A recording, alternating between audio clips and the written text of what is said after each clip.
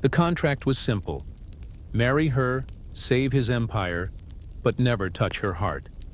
But when she whispered, "Thank you for being kind," on their wedding night, Daniel Ashworth realized he'd just signed away his soul to the one woman who could actually save it. Welcome back to Evergreen Gracie Stories.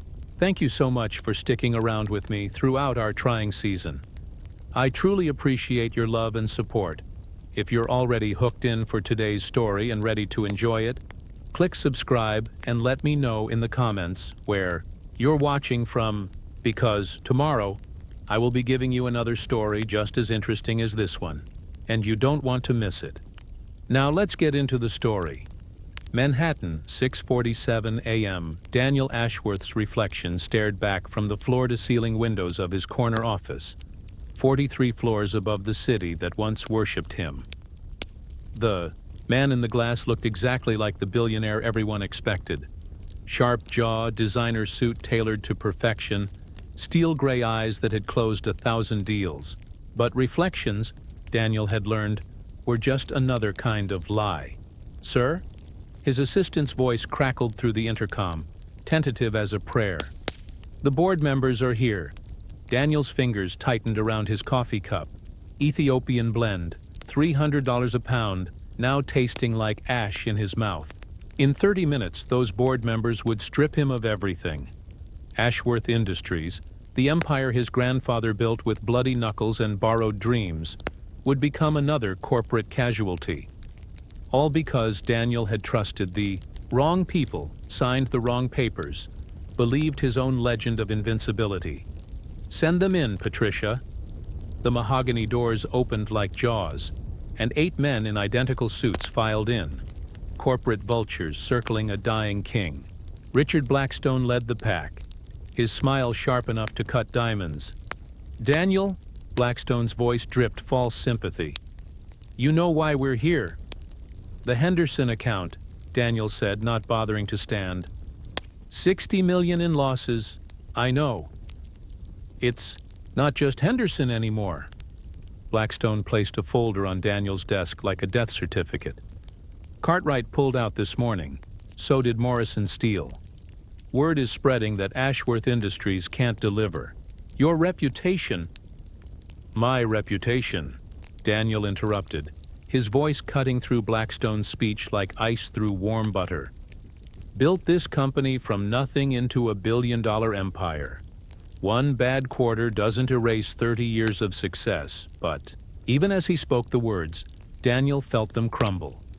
One bad quarter had become 2, then 3. Trusted employees had embezzled millions. Key clients had defected to competitors. The golden boy of Manhattan business was tarnishing in real time, and everyone could see it. Blackstone leaned forward, his eyes gleaming. "There is one option. A way to save the company. Save your legacy." Daniel's jaw clenched.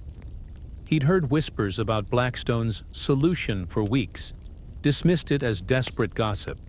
But desperate times had a way of making the impossible seem reasonable. "The Hartwell account," Blackstone continued. "Old Thomas Hartwell's been looking for a way into Manhattan society for his daughter. He'll invest $200 million in Ashworth Industries, more than enough to stabilize everything. But he has one condition. I won't prostitute myself for marriage, Daniel. Clean, legal, binding. You marry his daughter Lily, and Hartwell writes the check. Think of it as a strategic alliance." The silence in the room was deafening. Daniel's mind churned through the mathematics of survival. $200 million would not only save Ashworth Industries, but position it for unprecedented growth. His employees, good people with families, mortgages, dreams, would keep their jobs. His grandfather's legacy would survive. What's she like? The question escaped before Daniel could stop it. Blackstone's smile turned predatory. "Let's just say she won't be competing for any beauty pageants. But she's agreeable, quiet. She understands this is business, not romance. Ugly." The word hung in the air, unspoken but understood. They wanted him to marry an ugly woman to save his empire. The irony was almost poetic. The man who'd never dated anyone below a 9 on the social beauty scale, who'd graced magazine covers with supermodels and actresses, reduced to bartering his marriage bed for survival. Daniel stood slowly, walked to his window, and stared down at the city that had made him and was now breaking him.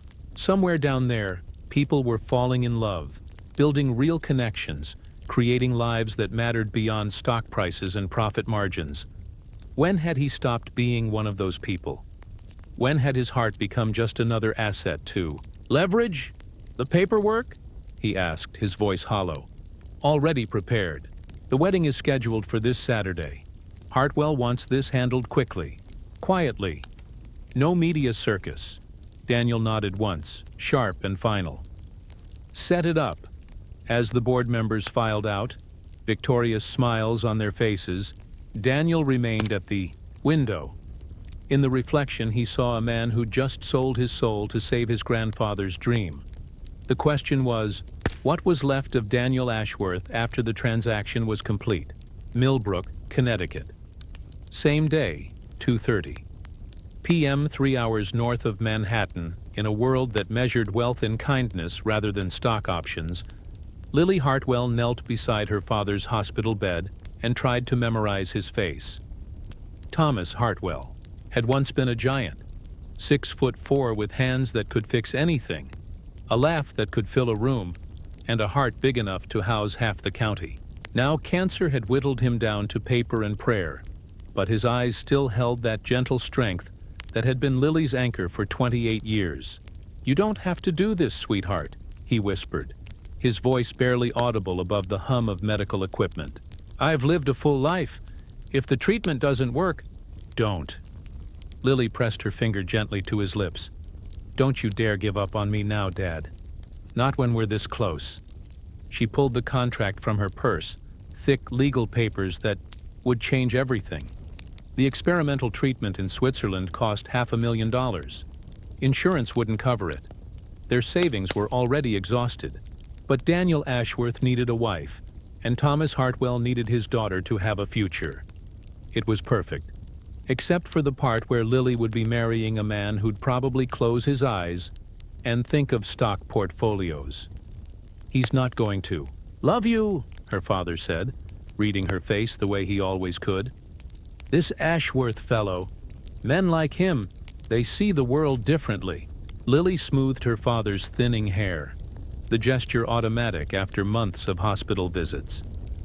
"I'm not expecting love, Dad. I stopped believing in fairy tales a long time ago." It was true. At 28, Lily had made peace with her reflection. She wasn't conventionally beautiful. Her face was too round, her body too soft, her features too ordinary for a world obsessed with Instagram perfection. She'd been passed over, ignored, and pitied by enough men to understand her place in the social hierarchy. Plain women got steady jobs, good friends, and the satisfaction of being valued for their minds and hearts. They didn't get billionaire husbands or passionate love stories. "You deserve to be cherished," her father insisted, his grip on her hand surprisingly strong. "You're the most beautiful soul I've ever known." Lily smiled, tears threatening to spill. "Your opinion might be a little biased. A father's love sees clearly," Thomas said. "Promise me something, Lily. Promise me you won't let this man diminish you. You're worth more than whatever he's paying for this arrangement." The words hit harder than they should have. $200 million. That's what Daniel Ashworth was investing to acquire a wife. The math was brutal. Lily was worth exactly what her father's company and her own compliance could provide. Nothing more, nothing less. But her father was dying, and love was a luxury she couldn't afford. "I promise, Dad." She kissed his forehead, breathing in the familiar scent of his aftershave, mixed with hospital antiseptic. "I'll remember who I am." As she drove home through the Connecticut countryside, past farms and families, and simple lives untouched by corporate desperation, Lily tried to imagine her future, a loveless marriage to a man who needed her bank account more than her heart, a Manhattan penthouse where she'd be the ugly secret hidden behind designer clothes and social obligations. A life where she'd be grateful for kindness and never dare to hope for passion. Her phone buzzed with a text from an unknown number. Wedding rehearsal Friday, 6 p.m. St. Patrick's Cathedral. Don't be late. D. Ashworth. Lily stared at the message. Terse, businesslike, completely devoid of warmth. This was her future husband, and he couldn't even be bothered to introduce himself properly. She was about to become Mrs. Daniel Ashworth, and she didn't even know if he liked coffee or tea. But as she pulled into her driveway, past the garden her mother had planted before cancer took her too, Lily felt something unexpected. Determination. She might be the ugly bride in this corporate fairy tale, but she was still Thomas Hartwell's daughter. She had a backbone made of quiet steel and a heart that hadn't yet forgotten how to hope. Daniel Ashworth was getting more than he bargained for. He just didn't know it yet. What do you think shaped Lily's quiet strength? Was it growing up with loss or something deeper? Share your thoughts below, because understanding what makes someone resilient might just change how we see our own hidden power. The Plaza Hotel, Presidential Suite, 11:47 p.m. The wedding had been a masterpiece of efficient emptiness. 200 guests who barely knew the bride, vows recited like quarterly reports, and a reception where Daniel had spent more time checking his phone than looking at his new wife. Now, standing in the marble entryway of their honeymoon suite, the weight of what they'd done settled between them like a third presence. Lily clutched her small overnight bag, still wearing the cream-colored dress that had cost more than most people's cars. Daniel's stylist had insisted on appropriate attire for an Ashworth bride. She looked like she was dressed for someone else's life, beautiful in a way that seemed borrowed, temporary. Daniel loosened his tie, the motion sharp and practiced. "I'll take the couch," he said without looking at her. "This doesn't have to be complicated." The word hung in the air between them, complicated, as if their marriage was a business merger that could be simplified with proper delegation of resources. As if the fact that they were now legally bound to each other was just another line item to manage. "Of course," Lily whispered, her voice barely audible above the city's hum 40 floors below. "I didn't expect... I know this isn't..." She stopped, heat flooding her cheeks. What had she been about to say? That she knew he found her repulsive? That she understood this was purely transactional? That she didn't expect him to want her, not even enough to share a bed on their wedding night? Daniel finally looked at her, really looked, and something in his chest tightened unexpectedly. She was standing there like she was apologizing for existing, her hands twisted together, her eyes fixed on the Persian rug beneath her feet.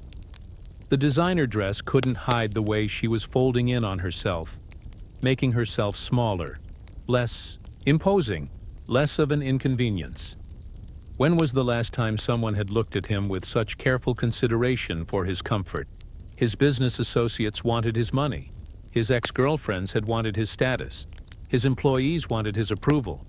But Lily was standing in their honeymoon suite, worried about making him uncomfortable.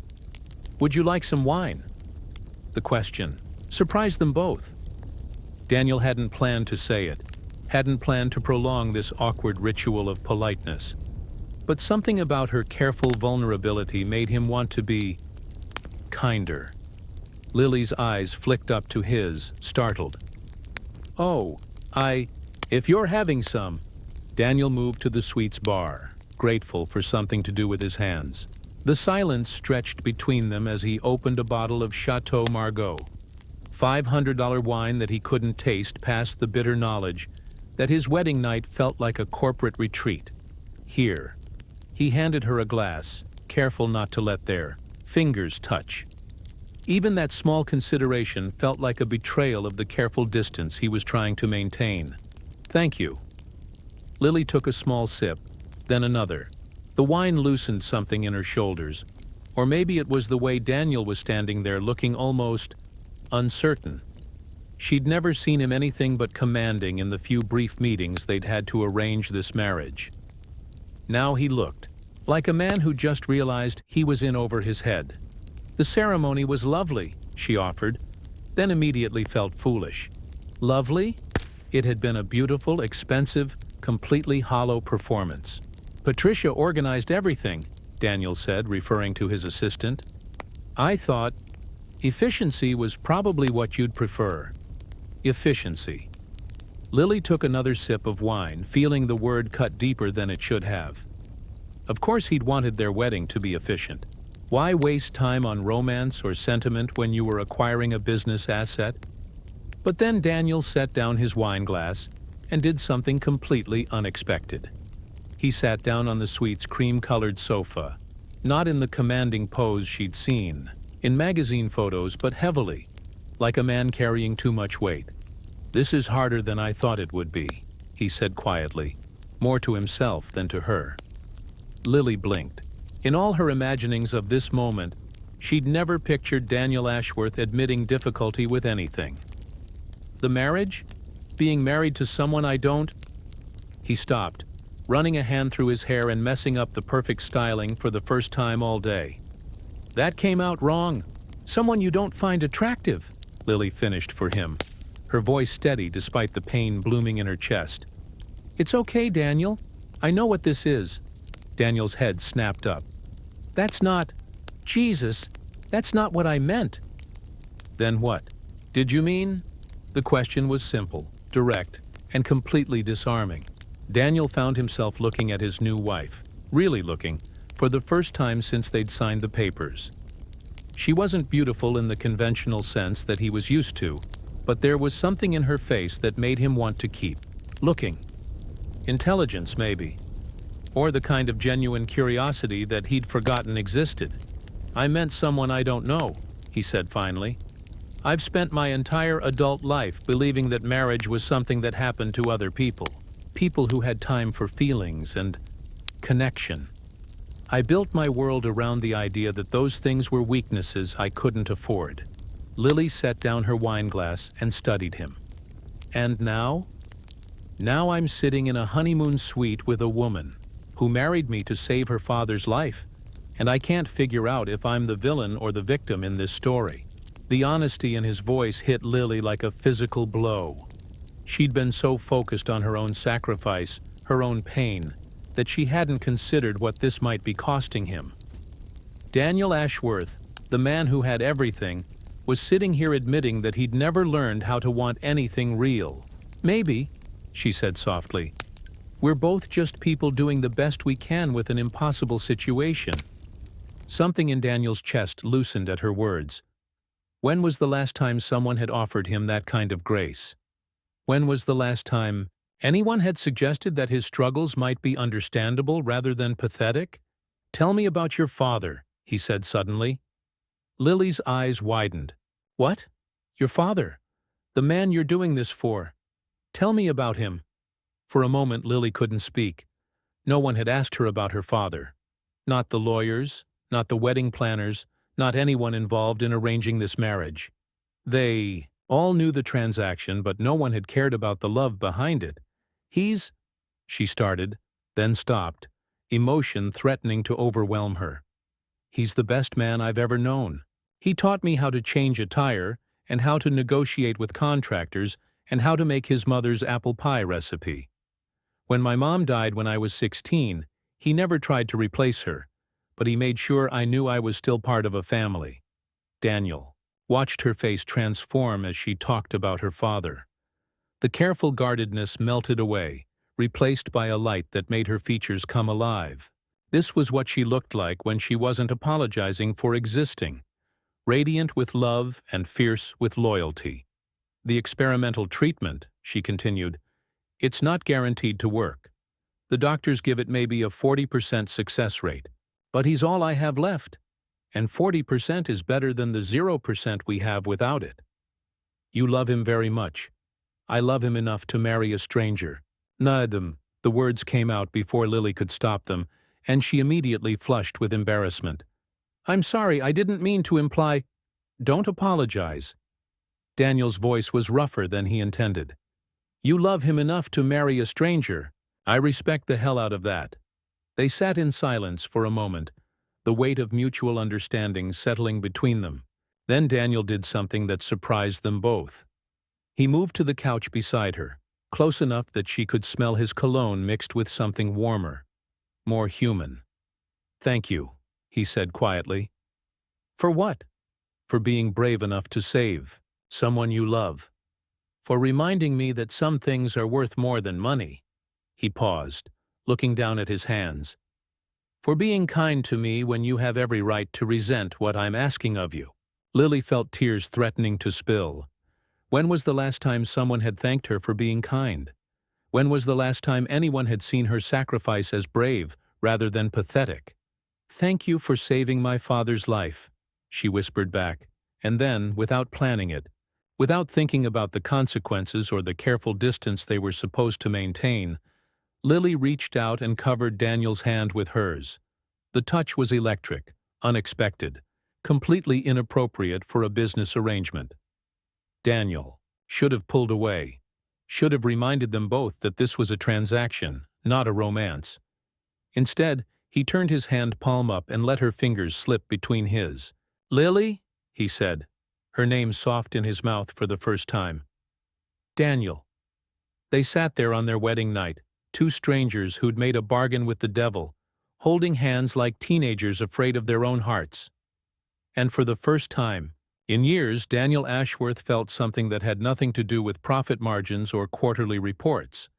He felt hope. The next morning, 6:23 a.m. Daniel woke to the sound of his phone buzzing against the glass coffee table, a harsh intrusion into the strange peace he'd found on the suite's couch. For a moment he couldn't remember where he was, or why his neck ached from sleeping at an awkward angle. Then reality crashed back. The wedding, the wine, Lily's hand in his, and the way her eyes had looked when she'd talked about her father. Shit, he'd let his guard down. Worse, he'd enjoyed it. Daniel grabbed his phone, grateful for the familiar anchor of business crisis. 17 missed calls, 43 emails, all marked urgent. The Henderson account was imploding faster than expected, and the board wanted an emergency meeting. Perfect. Work was something he understood, something that didn't require him to navigate the dangerous territory of genuine human connection. He glanced toward the bedroom door, still closed, behind which his wife was presumably sleeping. His wife. The word felt foreign in his mind, like trying on clothes that didn't fit.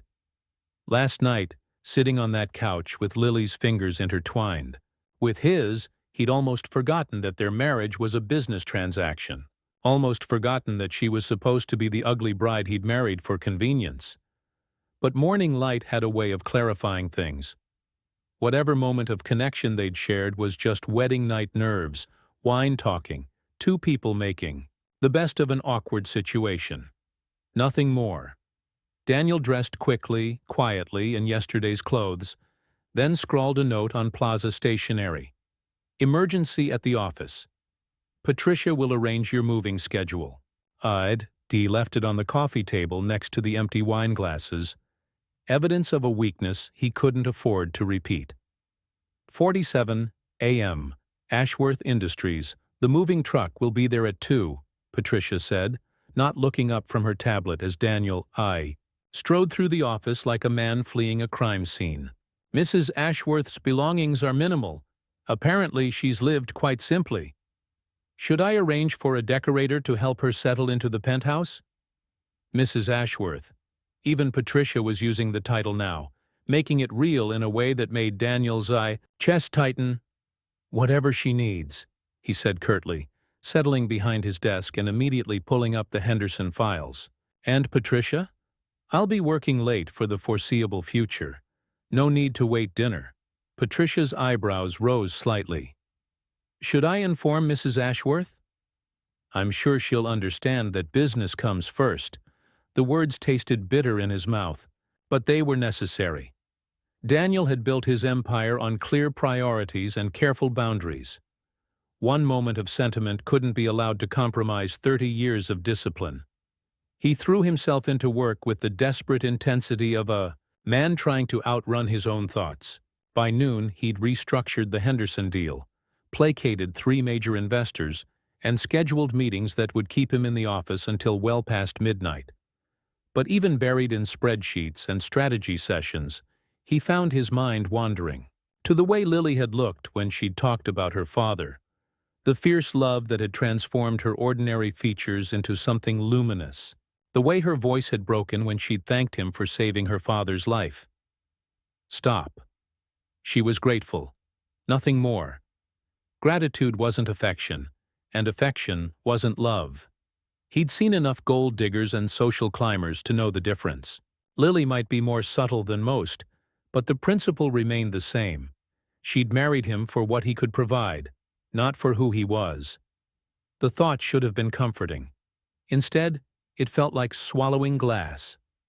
Lily stood in the middle of Daniel's penthouse, surrounded by boxes containing her entire life, and tried not to feel like an intruder. The space was stunning, floor-to-ceiling windows offering a breathtaking view of Central Park, furniture that belonged in museums, art that probably cost more than most people's houses. It was also completely, utterly impersonal. There were no family photos, no books that looked like they'd been read for pleasure, no evidence that a human being with preferences and memories actually lived here. It was a showroom, not a home. "Where would you like me to put your father's chair?" asked one of the movers, gesturing to the worn leather recliner that had been Thomas Hartwell's favorite spot for 30 years. Lily looked around the pristine space, trying to imagine where her father's comfortable, lived-in furniture would fit among Daniel's architectural perfection. The chair would look ridiculous here, shabby and out of place, just like she felt. "The guest room," she said finally. "Put everything in the guest room." It was easier that way. Her things could stay contained, temporary, ready to be packed up again when this arrangement inevitably ended. She wouldn't contaminate Daniel's perfect life with reminders of ordinary people and ordinary love. After the movers left, Lily found herself alone in a space that cost more per month than most people earned in a year, feeling more isolated than she had in her tiny Connecticut apartment. At least there, surrounded by her mother's garden and her father's memory, she'd known who she was. Here, she felt like she was playing dress-up in someone else's fairy tale. Daniel's note sat on the kitchen counter where she'd found it. 12 words that made it clear exactly where she stood in his priorities. Emergency at the office. Everything was an emergency when you were trying to avoid your wife. Lily understood. She really did. Last night had been an anomaly, a moment when wine and wedding nerves had created an illusion of connection between two people who were essentially strangers. He'd been kind to her, kinder than he needed to be, but kindness wasn't the same as wanting her there. She unpacked in the guest room methodically, hanging her simple clothes in a closet designed for someone with a much more extensive wardrobe. Her books looked lonely on the empty shelves. Her father's chair sat by the window like a guardian from another world. By evening, she'd transformed the guest room into something that felt almost like home. The rest of the penthouse remained untouched, a museum she was allowed to visit but not inhabit. When Daniel's assistant called at 8 to inform her that Mr. Ashworth would be working late and not to wait dinner, Lily wasn't surprised. When the same call came the next night, and the night after that, she began to understand the rhythm of her new life. She was Mrs. Daniel Ashworth in name only. In reality, she was a well-kept secret, hidden away in a guest room, existing at the edges of a life she'd never really be part of. 3 days later, 11:43 p.m. Daniel stood outside his own front door, key in hand, listening for sounds of life from within. The penthouse was dark except for a single light in what used to be his guest room. Lily's room now, apparently.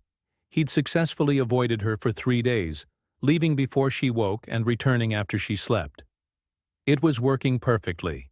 No awkward conversations, no unexpected moments of connection, No risk of confusing business with pleasure again. So why did he feel like he was slowly suffocating?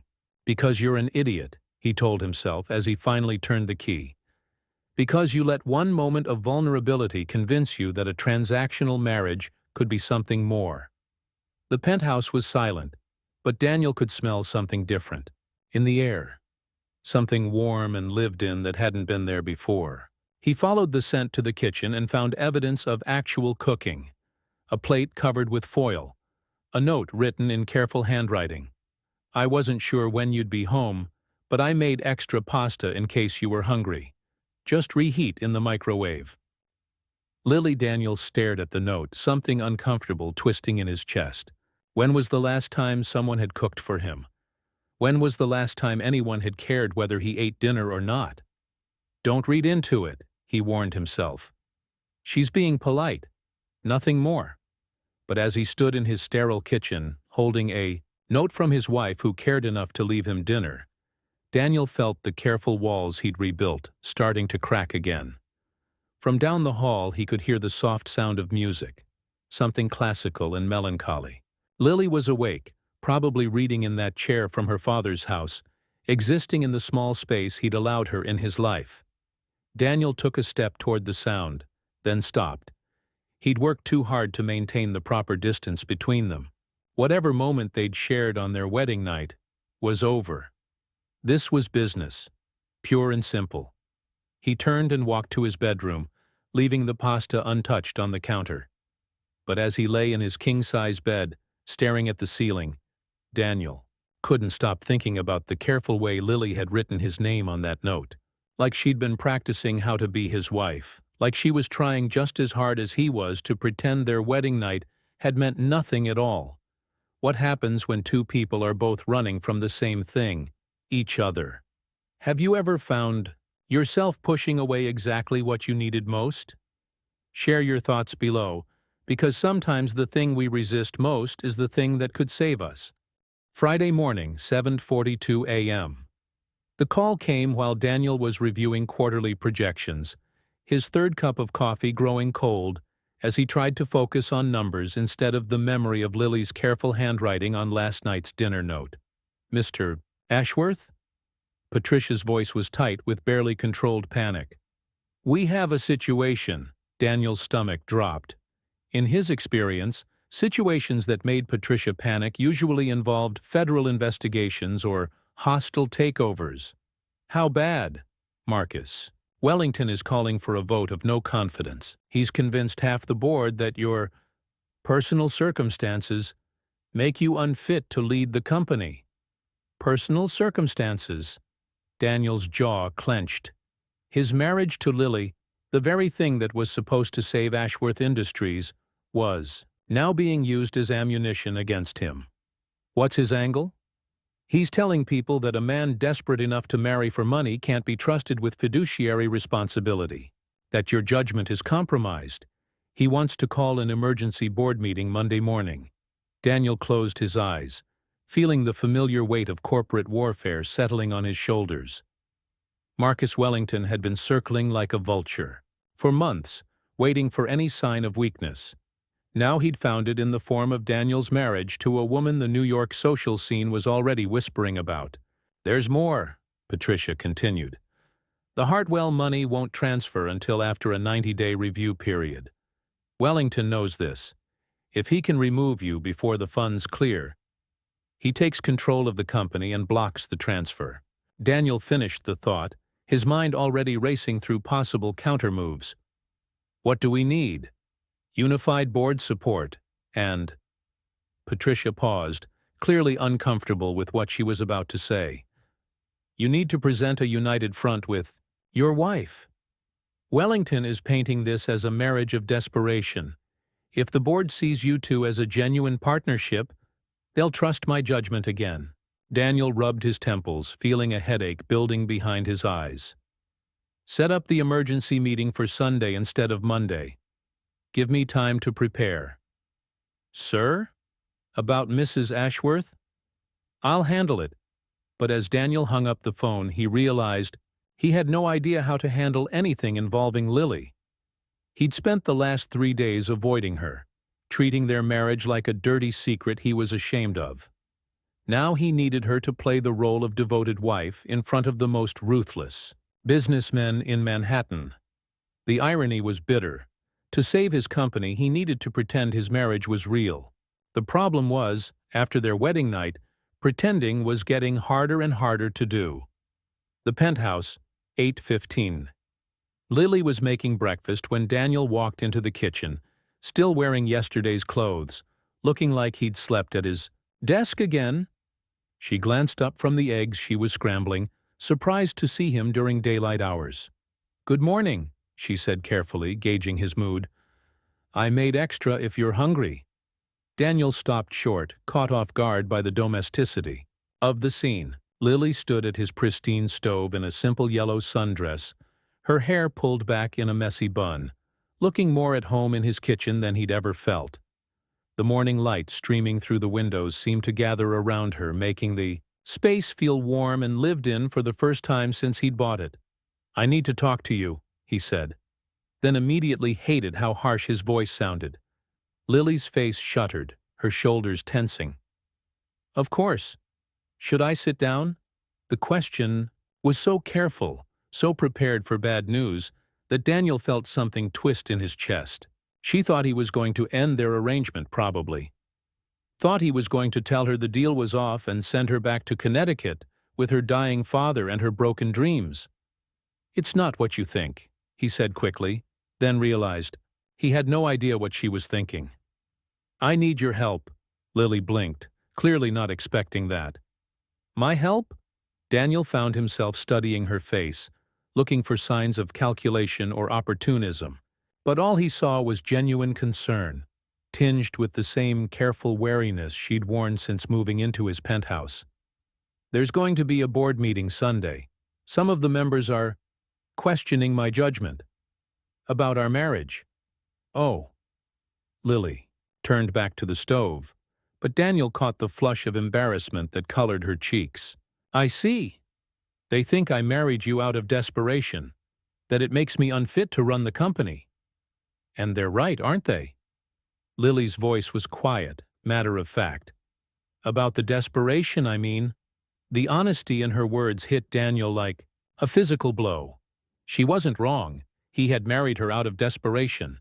But hearing her say it, hearing the resignation in her voice, made him want to argue with her. "I need them to see us as a united front," he said instead.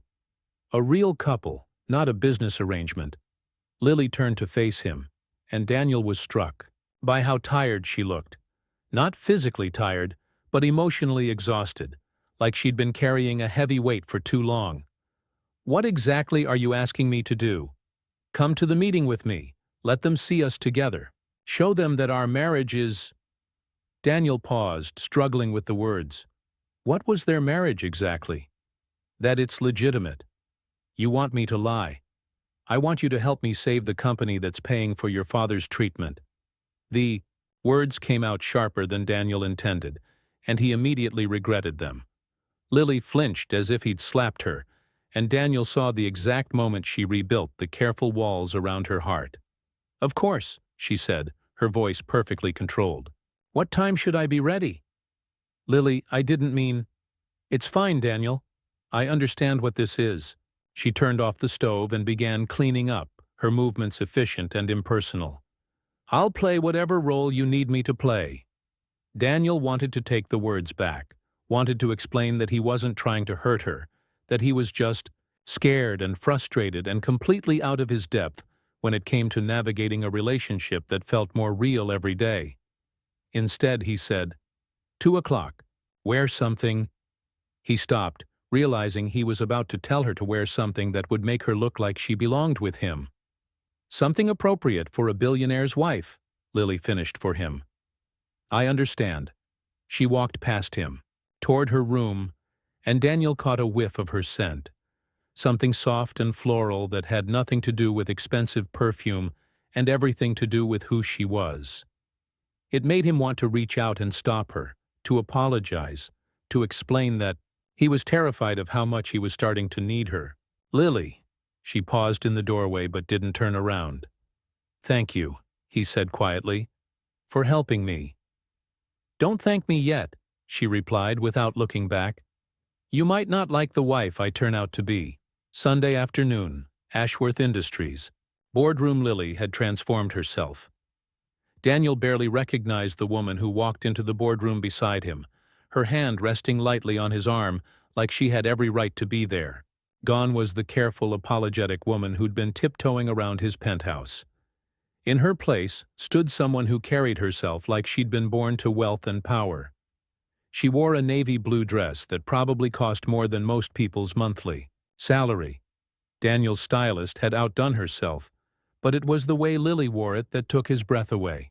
Confident, elegant, completely at ease with the 8 powerful men who turned to stare at her as they entered. "Gentlemen," Daniel said, his voice carrying the authority that had built an empire, "I'd like you to meet my wife, Lily." Marcus Wellington rose from his seat, his smile sharp as a blade. "Mrs. Ashworth, how lovely to finally meet you." "Mr. Wellington." Lily's voice was warm honey over steel. "Daniel's told me so much about you."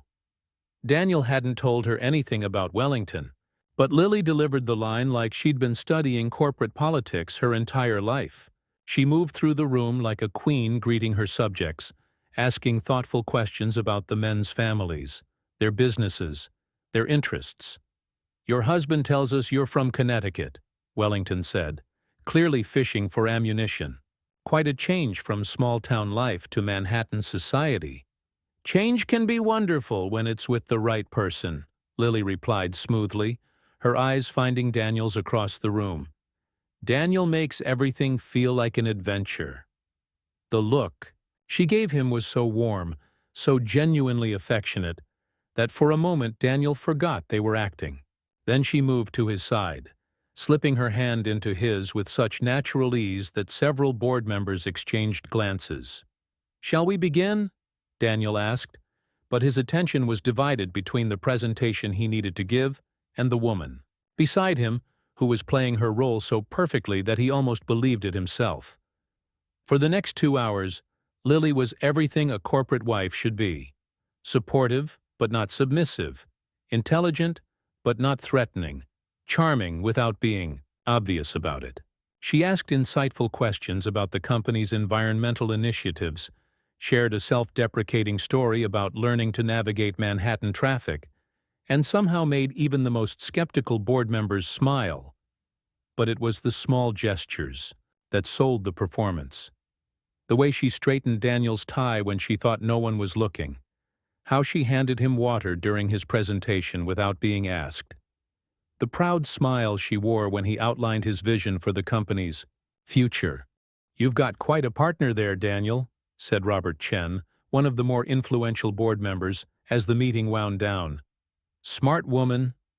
"I'm a lucky man," Daniel replied, and for a moment looking at Lily as she charmed his harshest critics. He almost meant it. Wellington wasn't giving up easily. "It's wonderful to see such devotion," he said, the word dripping with skepticism. "Though I have to wonder, Mrs. Ashworth, what drew you to Daniel? Was it love at first sight?" The question was a trap, designed to expose the transactional nature of their marriage. Daniel tensed, ready to intervene, but Lily simply smiled. "Do you know what I noticed about Daniel the first time we met?" she asked Wellington, but her eyes stayed on her husband. "He listened, really listened. In a world full of people who talk just to hear their own voices, he actually cared what I had to say." She reached out and touched Daniel's hand, the gesture so tender and natural that Daniel felt his breath catch. "That's when I knew," she continued. "Not love at first sight exactly, but recognition. Like my soul recognized his." The words hung in the air, beautiful and impossible and completely convincing. Even Wellington seemed momentarily disarmed by the quiet sincerity in her voice. As the meeting ended and the board members filed out, Daniel found himself alone with Lily in the conference room. She was gathering her purse, her performance over, and he could see the exhaustion settling into her shoulders. "You were incredible," he said quietly. Lily looked up, surprised by the genuine admiration in his voice. Did it work? Wellington's calling for a recess instead of a vote. He needs time to regroup. Daniel moved closer, studying her face. Where did you learn to do that? To read a room like that? You think someone like me wouldn't know how to handle powerful men? There was a hint of her old defensiveness in the question, but also something else. Hurt, maybe, that he'd been surprised by her competence. That's not what I meant, isn't it? Lily picked up her purse, the gesture final. Don't worry, Daniel. I played my part. Your board will vote to keep you. The Hartwell money will transfer, and everyone gets what they want. She was almost to the door when Daniel called after her. What did you mean? About recognizing souls? Lily stopped, her hand on the door handle. For a moment, Daniel thought she might actually answer, might give him a glimpse of whatever truth had made her words so convincing. Instead, she looked back at him with tired eyes and said, I meant whatever you needed me to mean. As she left, Daniel stood alone in the boardroom where he'd just watched his wife transform into everything he'd never known he wanted, and wondered when protecting his heart had started to feel like the stupidest thing he'd ever done. 3 days later, the penthouse, 2:17 a.m. Daniel found her on the terrace, curled in one of the outdoor chairs with her phone pressed to her ear, her voice barely a whisper in the pre-dawn darkness. He'd come home from another late night at the office to find the penthouse empty, except for the soft glow of light spilling through the terrace doors. I know, Dad. I know you're scared. Lily's voice was thick with tears she was trying not to shed. The doctors said the treatment is working, remember? Your numbers are improving. Daniel stopped in the doorway, knowing he should retreat, give her privacy. But something in her voice, a desperation he recognized from his own darkest moments, kept him frozen in place. No, you don't have to worry about the money, Lily continued, wrapping her free arm around herself as if she could hold her own heart together. Everything's taken care of. Daniel? He's been very generous. Generous. The word hit Daniel like a physical blow. She was talking about him like he was a benevolent stranger, not her husband. Like the $200 million he'd invested in saving her father was charity rather than the price of her companionship. I miss you too, she whispered. I know this isn't what we planned. I know you wanted me to marry for love, not this. But Dad, he's a good man. Complicated maybe, but good. And if this is what it takes to keep you alive... Her voice broke on the last words, and Daniel watched her shoulders shake with the force of grief she was trying to contain. He'd never seen her cry. Not during their wedding. Not when he'd been cruel about the business arrangement. Not even when he'd essentially ignored her for days. But here, alone in the darkness, talking to the father she was sacrificing everything to save. Lily was falling apart. I have to go, she said suddenly, straightening. Someone's here. She'd sensed his presence without turning around. Some sixth sense that came from a lifetime of being watched, judged, dismissed. When she finally looked at him, her face was carefully composed again, but her eyes were red-rimmed and vulnerable. I'm sorry, she said, standing quickly. I didn't mean to disturb you. I know it's late. Don't apologize. Daniel stepped onto the terrace, closing the door behind him. How is he? Lily blinked, surprised by the question. In the weeks since their wedding, Daniel had never asked about her father directly. The man whose life he was saving, whose daughter he'd married, had remained an abstraction. A business problem solved with money. Better, she said carefully. The experimental treatment is hopeful. But he's scared. He doesn't understand. Why I had to move so far away. Why I can't visit as often as I used to. You haven't told him about the marriage? I've told him I married a good man who's helping with the medical bills. Lily's smile was bitter.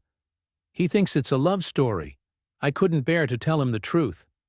Daniel moved to the terrace railing, looking out over the city that never slept.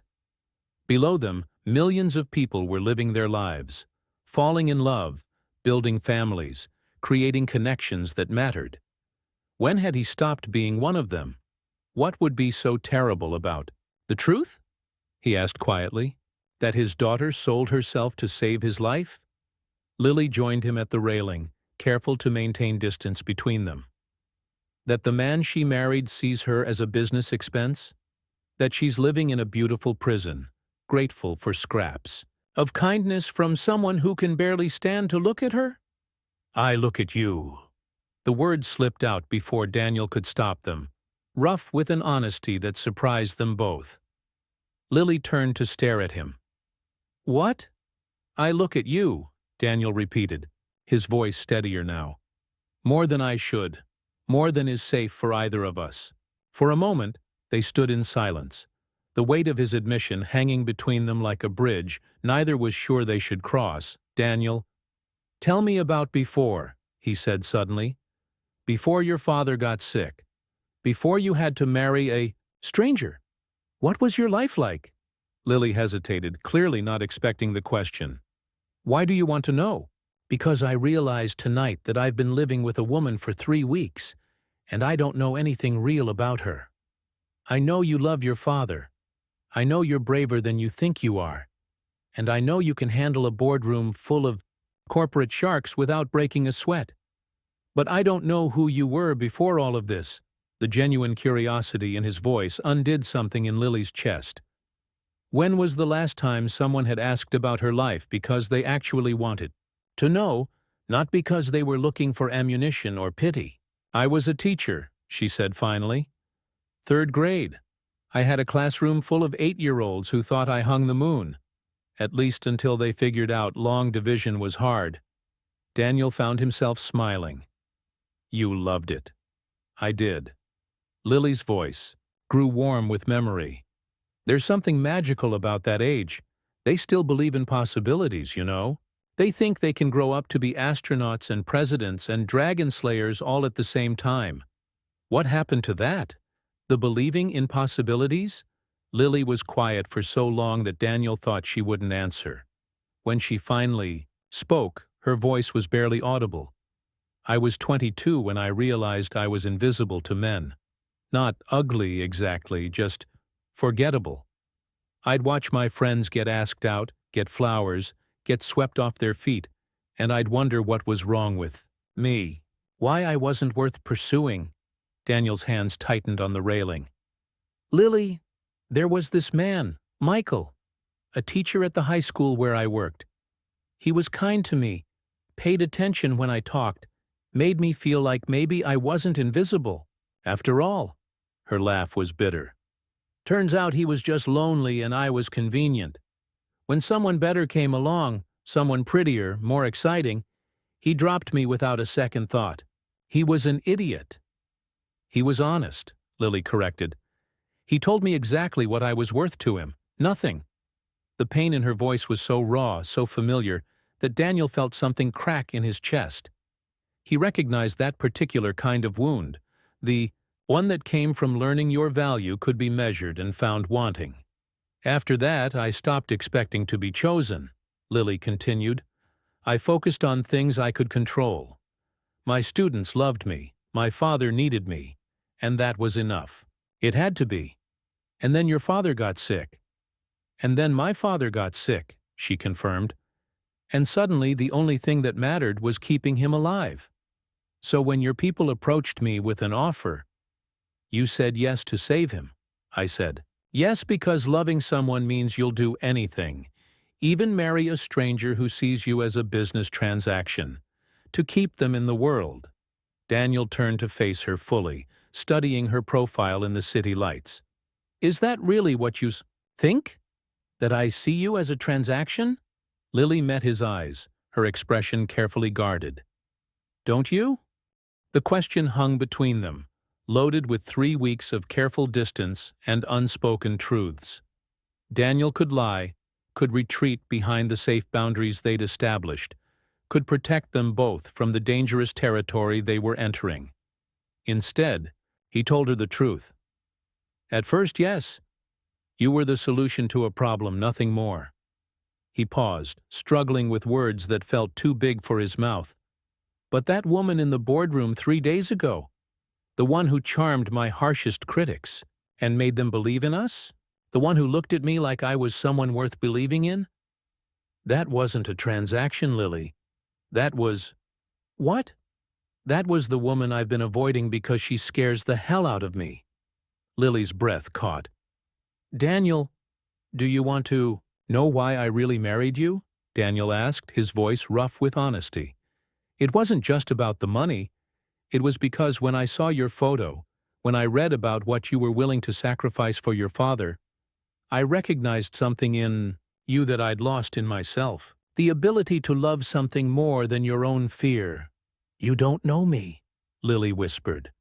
I know you make coffee strong enough to wake the dead, and you leave dinner for me even when I don't deserve it. I know you cry when you think no one can hear you, and you're brave enough to marry a stranger to save the person you love most. I know you transform yourself to help me fight my battles, and you do it without asking for anything in return. Daniel stepped closer, close enough that he could see the tears gathering in her eyes. I know that every time I look at you, I see everything I thought I was too broken to want.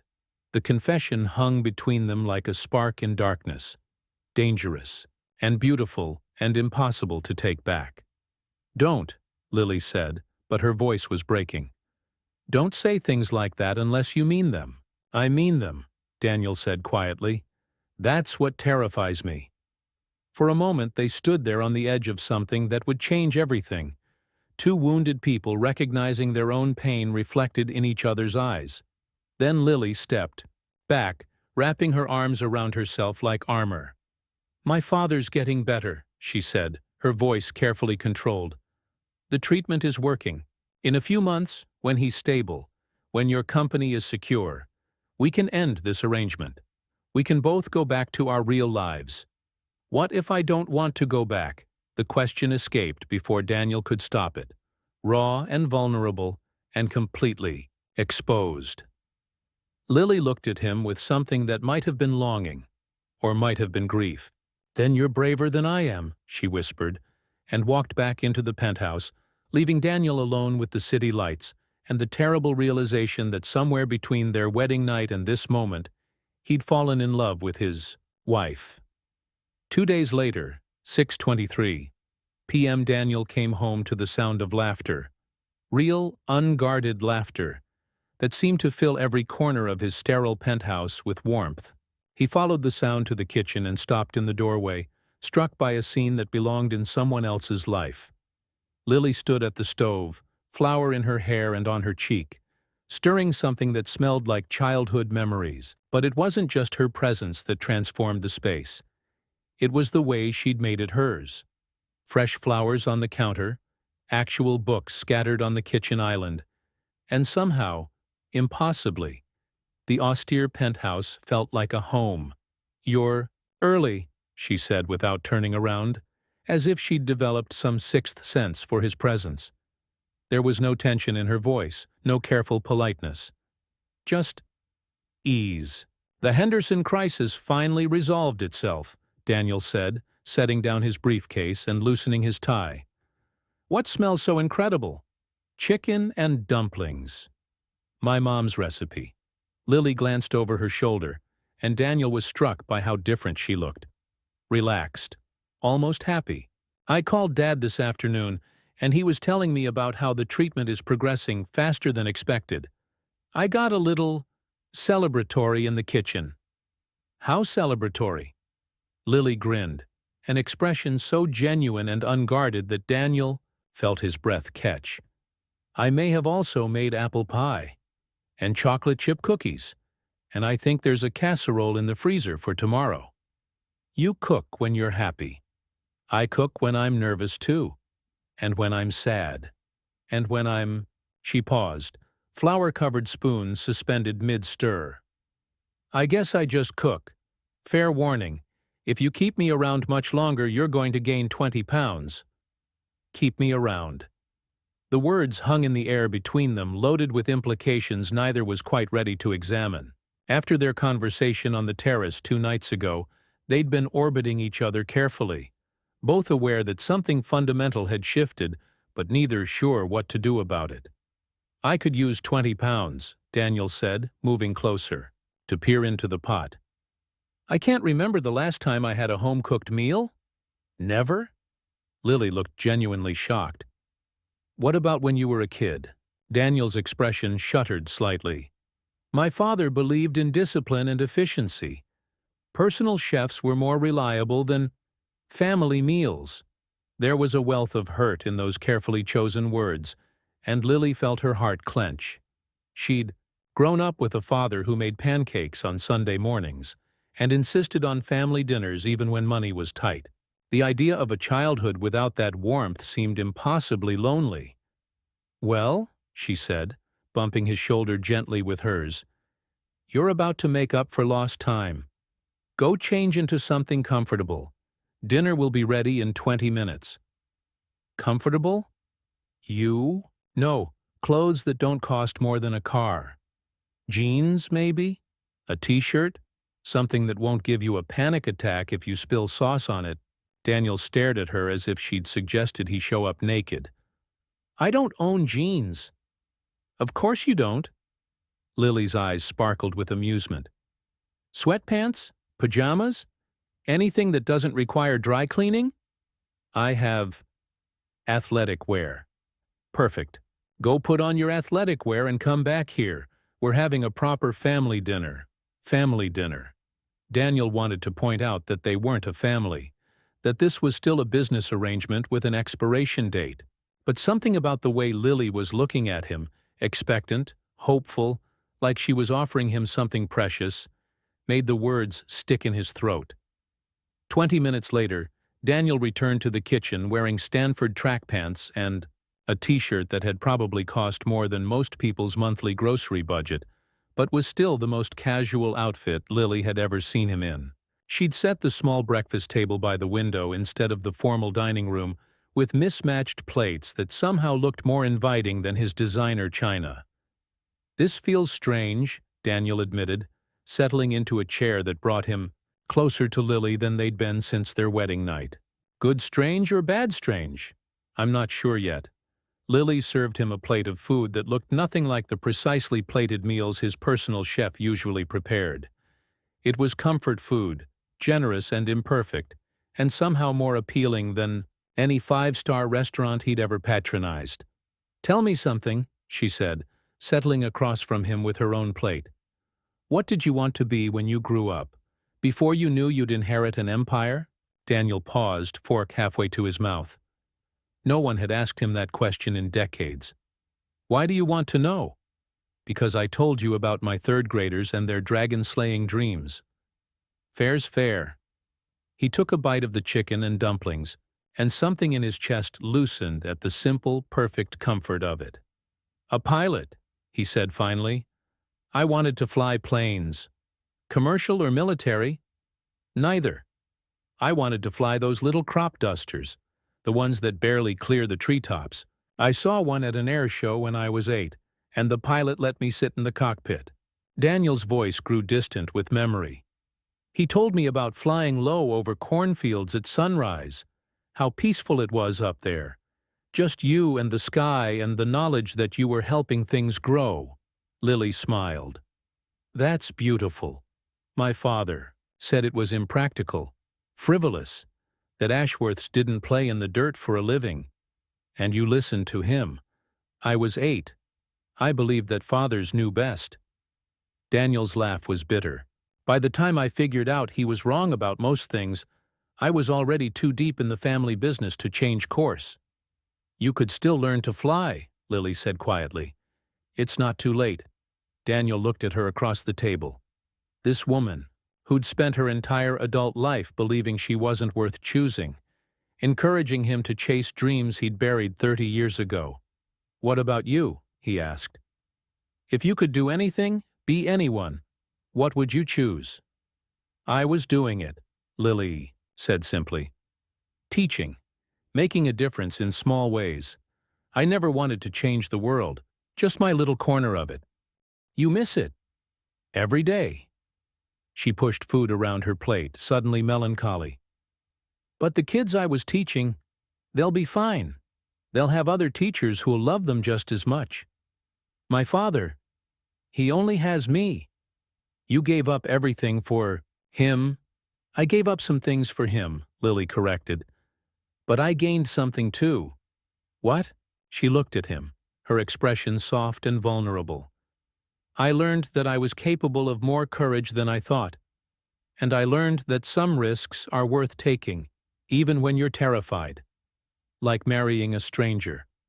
Like marrying a stranger, she agreed. Like making dinner for someone who's never had a family meal. Like hoping that maybe, possibly, this arrangement might turn into something real. The admission hung between them, brave and terrifying and completely honest. Lily? I know what you said the other night, she continued, her voice gaining strength. About being too broken to want this. But Daniel, what if we're not broken? What if we're just careful? What if we've been protecting ourselves from something that might actually be worth the risk? Daniel set down his fork, his appetite forgotten. What are you saying? I'm saying that for the past month, I've been living with a man who leaves me dinner notes and worries about my father and looks at me like I matter. A man who's never had chicken and dumplings but pretends not to notice when I put too much salt in the gravy. You put too much salt in the gravy? Lily laughed, the sound bright and unexpected. Terrible, right? But you're eating it anyway because you're too kind to hurt my feelings. I'm eating it because it's the best meal I've had in years, Daniel said quietly. Salt and all. Something shifted in the air between them. A settling, like puzzle pieces finally finding their proper places. Daniel, Lily said, her voice barely above a whisper. What if we stopped pretending this was just business? What if we tried to make it real? The question was so simple, so devastating in its honesty, that Daniel felt every carefully constructed wall around his heart begin to crumble. I don't know how, he admitted. I've spent so many years believing that love was a luxury I couldn't afford that I'm not sure I remember how to do it. Maybe we could learn together, Lily said, reaching across the table to cover his hand with hers. Maybe we could start with this, with dinner and conversation, and the radical idea that we might actually like each other. Daniel turned his hand palm up, interlacing their fingers the way they had on their wedding night. But this time, there was no wine to blame, no wedding nerves to explain away the connection. This time, it was just them, choosing each other. I like you, he said, the words feeling foreign but right in his mouth. I like the way you make my sterile penthouse feel like a home. I like that you cook when you're happy and that you've never once asked me for anything except the chance to save your father. I like that you see possibilities where I see problems. I like you too, Lily whispered. I like that you listen when I talk about my father. I like that you trusted me enough to be vulnerable in that boardroom. I like that you wear expensive track pants and don't own jeans and you still somehow make me feel like I'm worth something. They sat there in the fading light, holding hands across a table set with mismatched plates. And for the first time since their wedding, neither of them was pretending. So what happens now? Daniel asked. Now we finish dinner, Lily said, smiling through tears she hadn't realized were falling. And then maybe we watch a movie. And tomorrow we wake up and choose each other again. That simple? That simple. That complicated. That terrifying. That wonderful. Daniel brought her hand to his lips, pressing a soft kiss to her knuckles. The first truly intimate gesture he'd allowed himself since their wedding night. Okay, he said. Let's try. As they finished their imperfect, oversalted, absolutely perfect dinner, Daniel realized that somewhere between the chicken and dumplings and Lily's tears, he'd found something he'd never expected to have. A chance at happiness. Not the hollow victory of a successful business deal, but the simple, radical joy of being chosen by someone who saw all his flaws and decided he was worth the risk anyway. What's the most meaningful meal you've ever shared with someone? sometimes, it's not the food that feeds us, but the love that flavors it. Share your story below, because connection over simple moments might just be the most powerful ingredient of all. 1 week later, the Metropolitan Museum. Gala, 8:47 p.m. Lily had never felt more beautiful or more terrified in her life. The emerald green gown Daniel's stylist had chosen transformed her into someone she barely recognized. Elegant, sophisticated, worthy of standing beside Manhattan's most powerful man. Diamond earrings that probably cost more than her father's house caught the light as she moved through the Metropolitan Museum's Great Hall, her hand resting on Daniel's arm like she belonged there. And for the past week, she'd almost believed. She did. Ever since their dinner conversation, something fundamental had shifted between them. Daniel came home earlier, sometimes bringing takeout from restaurants she'd mentioned wanting to try. They'd started watching old movies together, sharings, the couch like a real couple, her feet tucked under his thigh while he absently traced patterns on her ankle. He'd even bought jeans, expensive designer jeans that probably cost more than most people's rent, but jeans nonetheless. This morning she'd woken to find him making coffee in the kitchen, still wearing yesterday's clothes from another late night at the office, but humming under his breath like a man who had something to be happy about. "You look nervous," Daniel murmured as they approached a cluster of Manhattan's social elite, his breath warm against her ear. "I am nervous," Lily admitted. "I'm about to meet the people who decide whether I'm worthy of you." "They don't get to decide that," Daniel said, his voice firm. "No one does except us." The certainty in his voice should have been comforting. Instead, it made Lily's chest tight with panic. Because as much as she wanted to believe they were building something real, she knew tonight would test whether their fragile new connection could survive the brutal scrutiny of Daniel's world. "Daniel!" A woman's voice cut through the museum's genteel murmur, sharp and commanding. "There you are. We need to talk." Lily felt Daniel tense beside her as a stunning brunette approached, wearing a dress that probably cost more than most people's cars, and confidence that suggested she'd never doubted her place in any room. "Victoria," Daniel said, his voice carefully neutral. "Lily, this is Victoria Blackstone, Richard's daughter. Victoria, my wife, Lily." Victoria's eyes swept over Lily with the precision of a scanner, cataloging every detail and finding most of them wanting. Her smile was perfectly crafted, warm enough to seem polite, cold enough to establish dominance. "So you're the mystery woman who finally captured Daniel's heart," Victoria said, extending a manicured hand. "How refreshing!" The word refreshing dripped with condescension, and Lily felt every hard-won bit of confidence drain from her body. This was Daniel's world.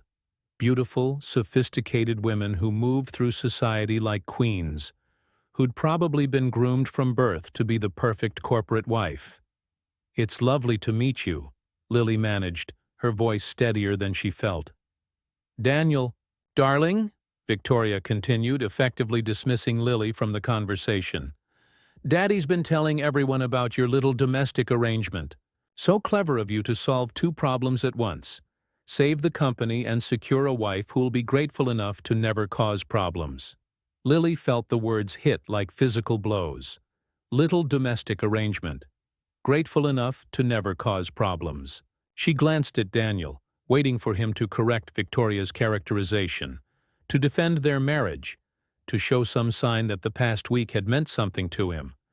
Instead, Daniel's jaw tightened, but he said nothing. "Victoria," he said. Finally, his voice clipped. "I think you've had enough champagne." "Oh, please," Victoria laughed, the sound like breaking crystal. "Everyone knows the truth, Daniel. Your little charity case here needed money for her father's medical bills, and you needed a wife who wouldn't interfere with your real life. It's actually quite practical. Charity case." The words echoed in Lily's head, confirming every insecurity she'd spent the past week trying to overcome. She looked around the room and saw other guests watching them, whispers starting to ripple through the elegant crowd. At least she's not pretentious, Victoria continued, seemingly oblivious to the damage she was inflicting. I imagine she's just grateful to be here. So much easier than dealing with a woman who has expectations. That's enough, Daniel said, but his voice lacked conviction. He was looking around the room too, calculating the social cost of making a scene, weighing his reputation against his wife's dignity. And in that moment of hesitation, Lily saw the truth. He was embarrassed by her. Oh, he'd grown fond of her over the past weeks, enjoyed their domestic evenings and her home-cooked meals. But when faced with his real world, the world of Victoria Blackstone's and social hierarchies and business relationships, she was still just the awkward arrangement he'd made to save his company. You know what? Lily said, her voice bright and brittle. Victoria's absolutely right. I am grateful. Grateful for the opportunity to see how the other half lives, even if it's just temporary. She slipped her hand from Daniel's arm. The gesture, final and devastating. Excuse me, she continued. I think I need some air. Lily walked away with as much dignity as she could muster, her head high despite the tears threatening to spill. Behind her she could hear Daniel calling her name, but she didn't turn around. She couldn't bear to see whether he was following her or staying to manage his reputation. She made it to the museum's front steps before the tears came, great heaving sobs that shook her entire body. The doorman looked concerned, but Lily waved him away, wrapping her arms around herself in the evening air. Stupid, she told herself. Stupid to think it could be real. Stupid to believe a man like Daniel Ashworth could actually fall in love with someone like you. Lily, wait! She turned to find Daniel standing in the doorway, his face stricken. But it was too late. The damage was done, the fragile trust they'd built shattered by his moment of hesitation. Don't, she said, holding up a hand to stop him from coming closer. Just don't. Victoria was being cruel. She doesn't know what she's talking about. Doesn't she? Lily's voice was raw with pain. Because from where I was standing, it looked like she knew exactly what she was talking about. Your little domestic arrangement. Your charity case who should be grateful enough to never cause problems. I didn't say any of those things. No, you didn't, Lily agreed. But you didn't deny them either. When she called me your charity case, when she reduced our marriage to a business transaction, you stood there calculating whether defending me was worth the social cost. Daniel flinched as if she'd slapped him. That's not... It is, Lily said, her voice breaking. And the worst part is, I can't even blame you. Because she's right, isn't she? I am your charity case. I did marry you for money. And I have been grateful. So pathetically grateful for every scrap of attention you've given me that I convinced myself it was something more. Tears streamed down her face, and she didn't bother to wipe them away. Let him see what his moment of hesitation had cost. The past week, Daniel said desperately, what we've been building was a fantasy, Lily finished. A lovely, temporary fantasy that I let myself believe, because I wanted so badly to be worth choosing. But we both know the truth, don't we? When it mattered, when your reputation was on the line, you chose silence over me. Lily, please. I'm going home, she said, already turning toward the street to hail a cab. To the penthouse, I mean. You're home. I'll pack my things tonight. Where will you go? The question stopped her cold. Where would she go? Back to Connecticut, to the house she could no longer afford, to her dying father to explain that the marriage that was supposed to save his life had fallen apart because she'd been foolish enough to want love along with the money? I don't know, she whispered. But I can't do this anymore. I can't pretend to be someone I'm not, and I can't watch you pretend that I'm someone you actually want. A cab pulled up to the curb, and Lily moved toward it with the desperate efficiency of someone fleeing a disaster. Lily, Daniel called after her, his voice raw with something that might have been panic. Don't do this. Don't leave. She paused with one hand on the cab door, looking back at him one last time. In his tuxedo, framed by the museum's grand entrance, he looked like everything she'd never quite believed she deserved. Powerful, sophisticated, impossibly handsome, and completely unreachable. "Give me one reason," she said quietly. "One reason that has nothing to do with business or contracts or convenient arrangements. Tell me you love me, Daniel. Tell me I'm not just a problem you solved with money." The silence stretched between them, filled with everything he couldn't say, and everything she'd never hear. Behind him, through the museum's glass doors, she could see the gala continuing. Victoria Blackstone probably already spreading the story of Daniel Ashworth's unstable wife to anyone who would listen. "I thought so," Lily said, and got into the cab. As they pulled away from the curb, she looked back once to see Daniel still standing on the steps, his hands clenched at his sides, watching her disappear into the Manhattan night. He looked like a man who'd just lost something precious, but wasn't sure he had the right to mourn it. Lily closed her eyes and tried not to think about the empty penthouse waiting for her, or the suitcases she'd have to pack, or the life she'd have to rebuild from the ashes of a love story that had never really been hers to begin with. In the distance, the city lights blurred through her tears, and she wondered if this was what drowning felt like, sinking beneath the weight of your own foolish hopes while the world continued spinning, beautiful and indifferent and utterly unchanged by your breaking heart. The penthouse. 11:52 p.m. Daniel stood in his empty penthouse, still wearing his tuxedo, staring at the space where Lily's life had briefly intersected with his. The guest room door stood open, revealing neat stacks of boxes and suitcases lined up like soldiers preparing for retreat. She'd been efficient, methodical, packing away any evidence that she'd ever tried to make this place home.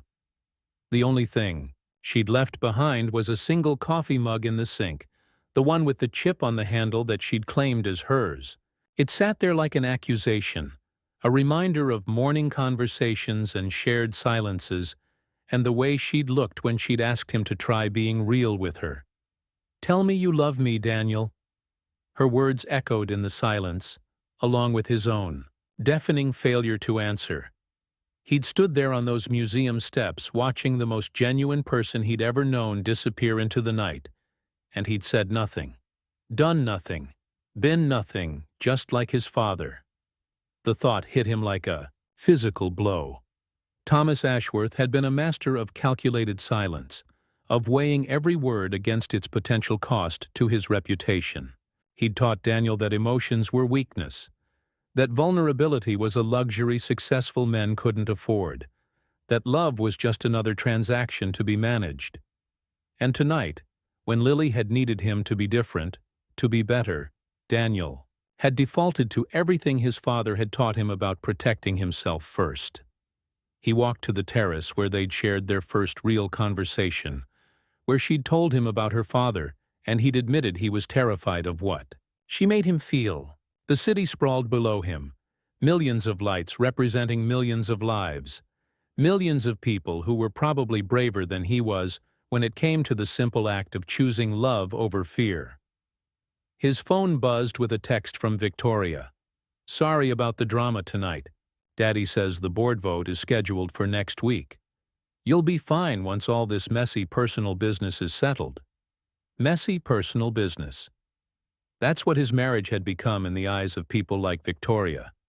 An inconvenient complication, to be managed and eventually discarded. The thought made him sick. Daniel deleted the message without responding and scrolled through his contacts until he found the number he was looking for.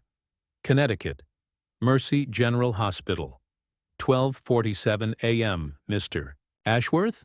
The night nurse looked surprised to see him standing in the cardiac wing at nearly 1 in the morning, still wearing his museum gala tuxedo. "Is everything all right?" "I need to see Thomas Hartwell," Daniel said. "I know it's late, but it's important." "He's sleeping, sir. The doctor said—" "Please, I'm his son-in-law."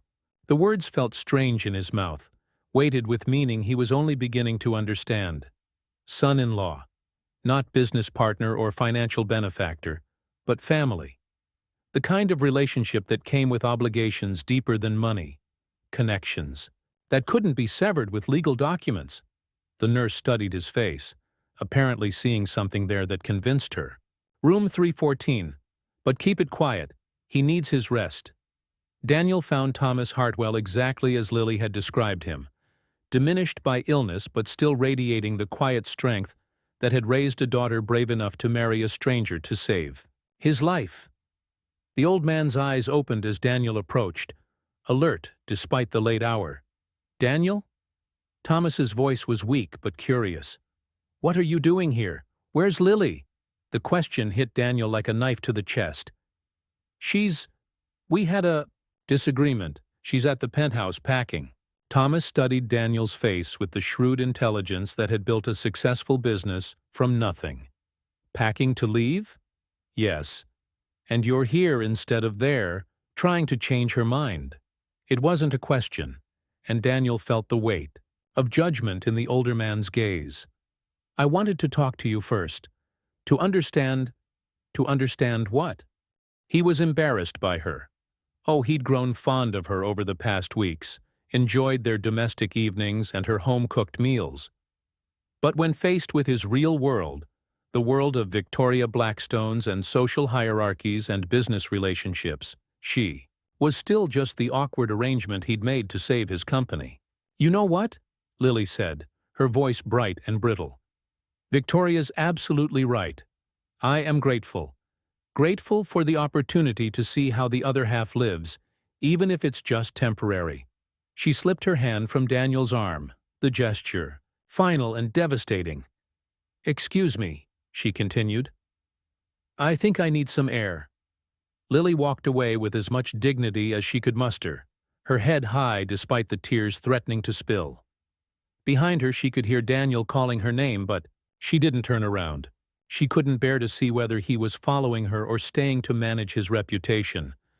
She made it to the museum's front steps before the tears came, great heaving sobs that shook her entire body. The doorman looked concerned, but Lily waved him away, wrapping her arms around herself in the evening air. Stupid, she told herself. Stupid to think it could be real. Stupid to believe a man like Daniel Ashworth could actually fall in love with someone like you. "Lily, wait!" She turned to find Daniel standing in the doorway, his face stricken. But it was too late. The damage was done, the fragile trust they'd built shattered by his moment of hesitation. "Don't," she said, holding up a hand to stop him from coming closer. "Just don't."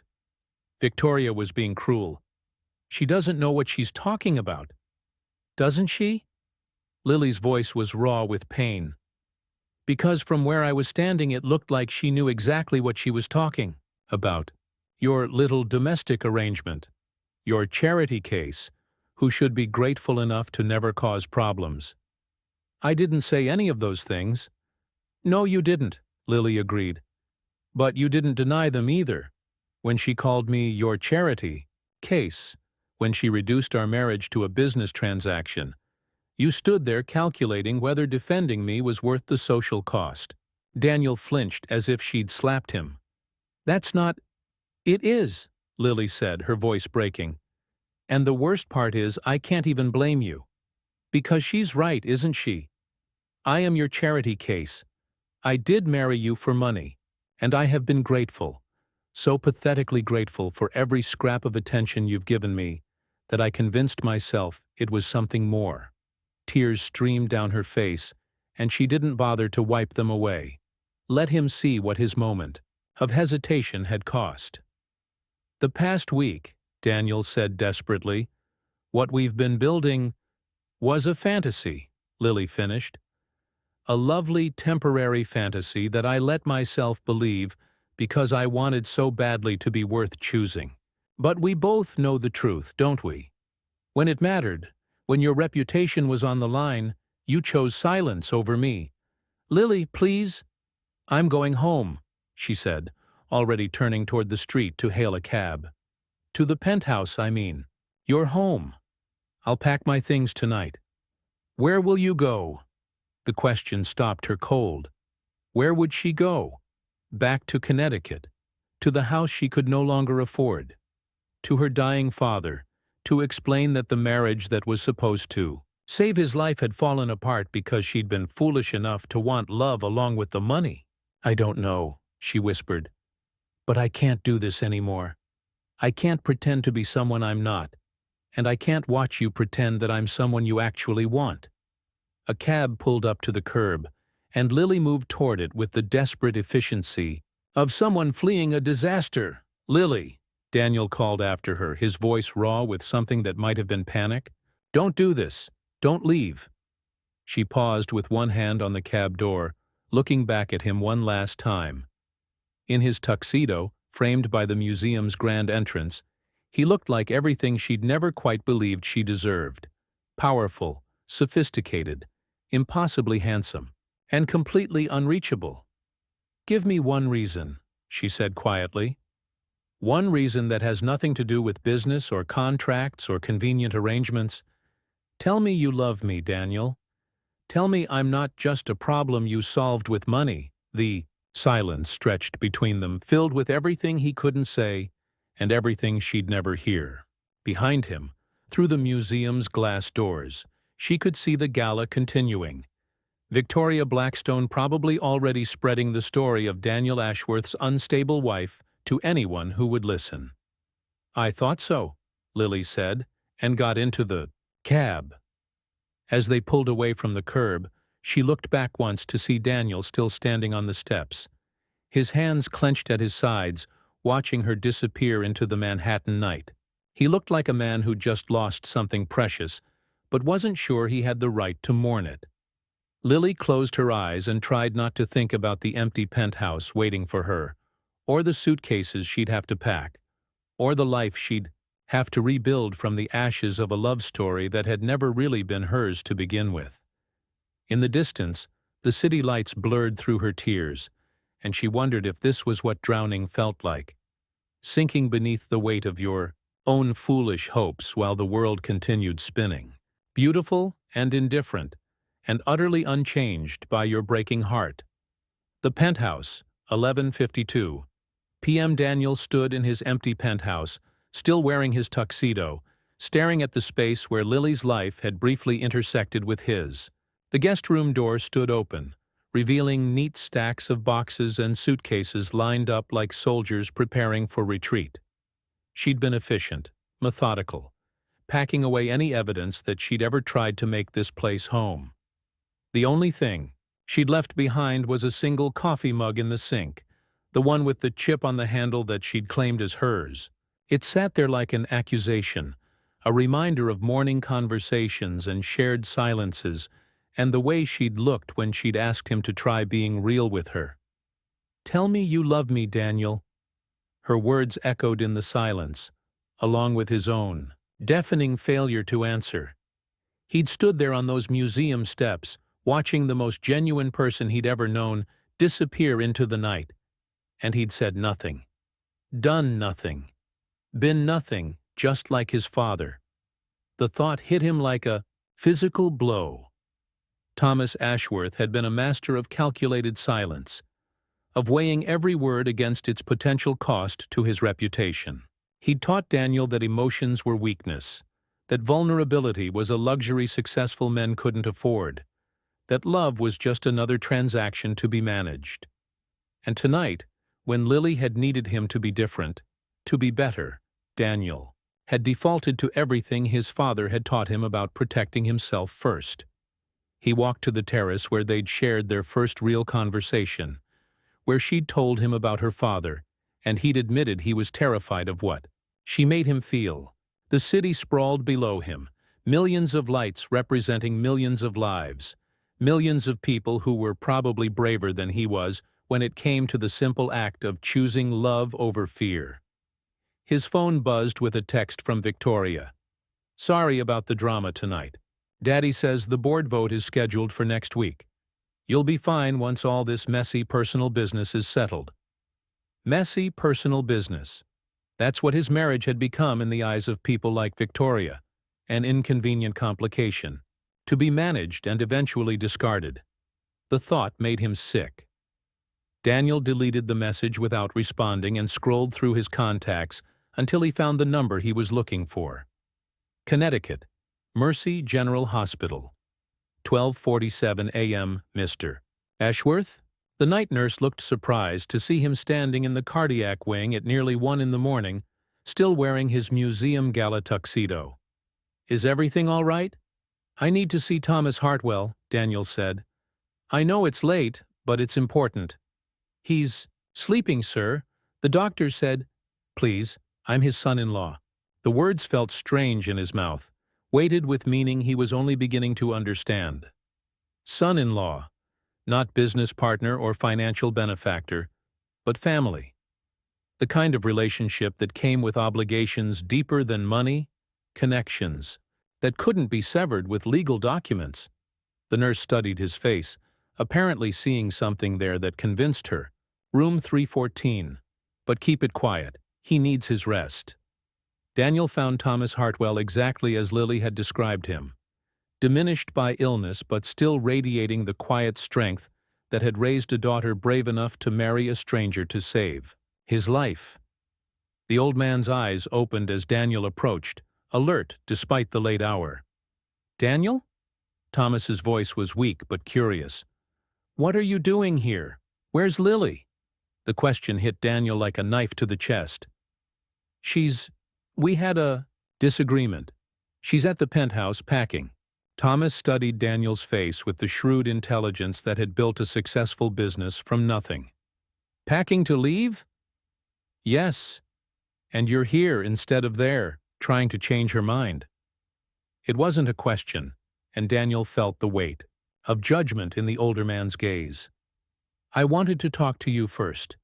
To understand what? Daniel struggled for words that could explain the chaos in his chest.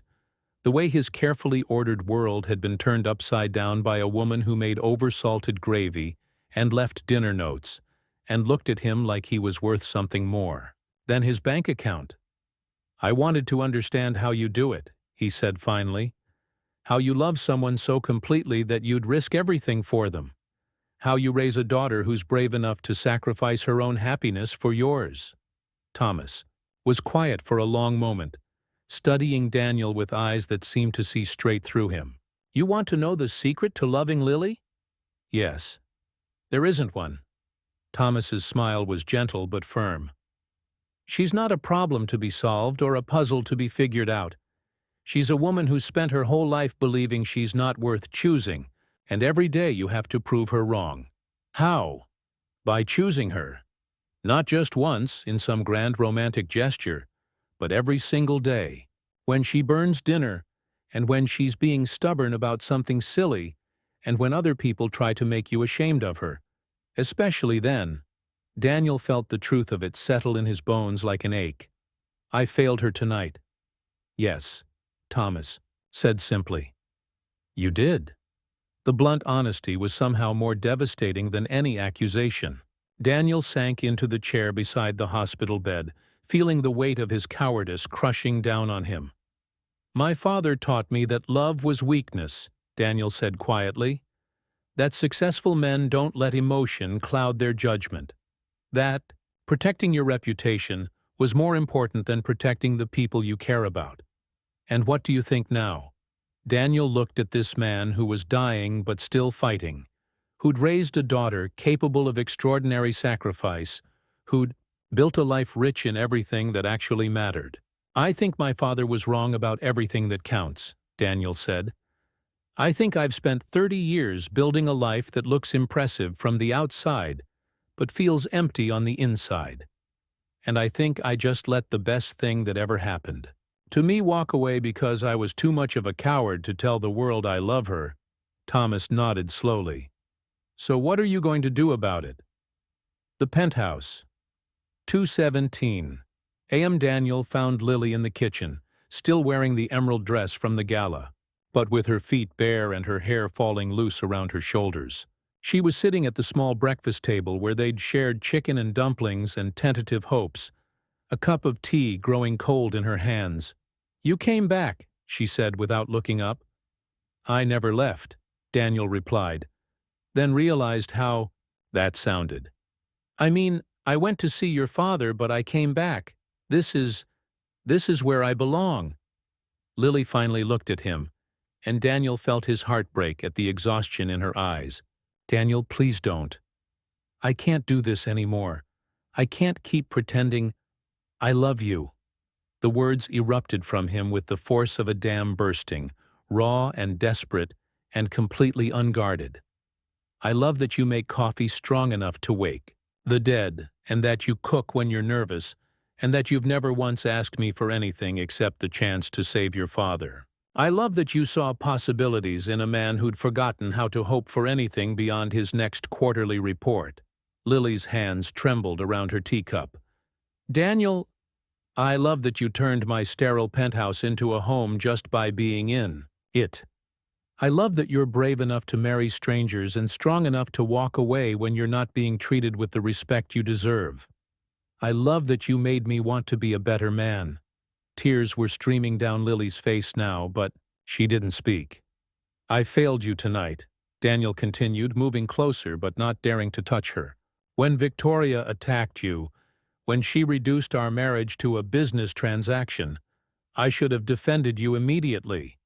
I should have told her and everyone else in that room that you're not my charity case or my convenient arrangement. You're my wife, and I'm the luckiest bastard alive that you chose to take a chance on me. Why didn't you? Lily's voice was barely a whisper. Because I was scared. Because 30 years of my father's training doesn't disappear overnight. Because I've spent so long protecting myself from feeling anything real that when it mattered most, I defaulted to old patterns. Daniel's voice cracked. Because I'm a coward who almost lost the most important thing in his life, rather than risk looking foolish in front of people who don't matter. Lily set down her teacup with shaking hands. What are you saying? I'm saying I don't care what Victoria Blackstone thinks about our marriage. I don't care what the board thinks, or the press, or Manhattan society. I care about you, Lily. I care about us. Daniel dropped to his knees beside her chair, looking up into the face of the woman who'd taught him the difference between being successful and being alive. I'm saying that if you'll give me another chance, if you'll trust me with your heart one more time, I'll spend the rest of my life proving that choosing you was the smartest thing I've ever done. Lily searched his face, looking for any sign that this was another performance, another calculated move in their complicated dance. But all she saw was raw, terrifying honesty. A man who'd finally stopped hiding behind his armor. What about your reputation? She asked. Your business relationships? Everything you've worked for? What about them? Daniel reached for her hands, and this time she didn't pull away. Lily, I've spent 30 years building an empire, and it's never made me as happy as 1 week of eating oversalted gravy with you. The gravy wasn't that bad. It was terrible, Daniel said, and for the first time in hours, Lily smiled. I'm scared, she whispered. I'm scared to believe this is real. I'm scared that you'll change your mind when things get difficult. I'm scared too, Daniel admitted, but I'm more scared of losing you than I am of anything else. So I'm asking you to be brave with me one more time. Stay, Lily. Choose us. Choose me. For a moment they sat in the silence of their transformed kitchen, two wounded people on the precipice of either healing together or walking away forever. Then Lily leaned forward and kissed him, soft, tentative, but real. Okay, she whispered against his lips. Let's try. And in that simple word, Daniel heard everything he'd never dared to hope for. Forgiveness, second chances, and the radical possibility that love might actually be worth the risk after all. 6 months later, the Ashworth Foundation. Annual gala. The ballroom of the Plaza Hotel sparkled with Manhattan's finest, but Daniel only had eyes for the woman beside him. Lily wore a midnight blue gown that complemented her newfound confidence, her hair swept up to showcase the simple pearl necklace that had been his grandmother's, a family heirloom he'd never thought to share with anyone until now. Nervous? He asked, adjusting his tie for the third time in 10 minutes. Terrified, Lily admitted, then smiled. But the good kind of terrified. The kind that means you're about to do something that matters. 6 months ago, Daniel would have been focused. On the guest list, the business connections, the potential deals floating through conversations over champagne and canapes.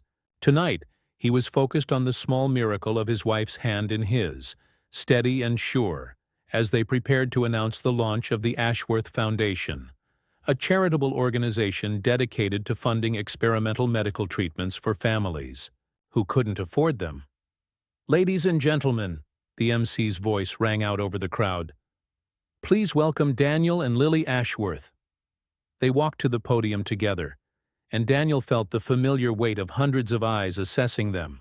But this time, instead of calculating the social cost of being seen with his unconventional wife, he felt only pride. Good evening, Daniel began, his voice carrying the authority that had built an empire, but softened with something that hadn't been there before: joy. My wife and I want to thank you for joining us tonight for a cause that's very close to our hearts.